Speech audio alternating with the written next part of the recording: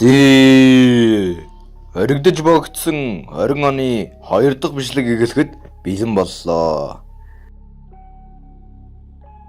Өнөөдөр бид Натан хэрхэн морж цухтаадаг талаар, Лизонгийг хэрхэн алсан талаар, Мэяг алсан талаар, хэрхэн ялсан талаар өгүүлнэ. Бичлэг хэлгээс өмнө тэр доорогоо нэг цагаан товчийг харуулах ч. Тэ. Чи нэг 65 дахь нь олчоод 64 савны 65 дахь нь олчихдгоо. Намайг дэмжиж заа баярлаа. Жирээд намайг аврагл алгашихлаа. Өөлөө дарангуут нь би дөрүүлж хоёроо хийж харагш нь эргүүлж цаваад заа ер нь байд доо. Уцаа зөвхөн цусан нөхөд ороод ирлээ. Зэрэг шалгаж байлаа нөгөө миний чинь өксөн дотор байгуут надад руу хоёроо чиглүүллээ. Нөгөөд нь би хоёроо иргүүл цавгуудаа өгдөө дараа нь гарснаа. Хоёроо өдөр шүрслээ будаа. Оо баярлаа. Бүгдээр нь баярлаа.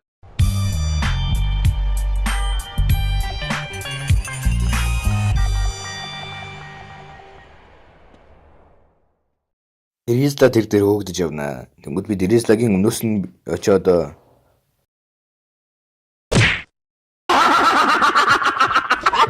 жоохон байж удаа манай баруун хойд зүгийн геополитикийн нөхцөл байдал маш хүнд болоход би шууд нэгэ чиглүүлээд юу авлаа, төрт авлаа.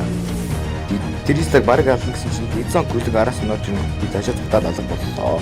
Лизонг бол хамгийн лайтай байна. Лизон, Нана, Марика бүгдийг бан.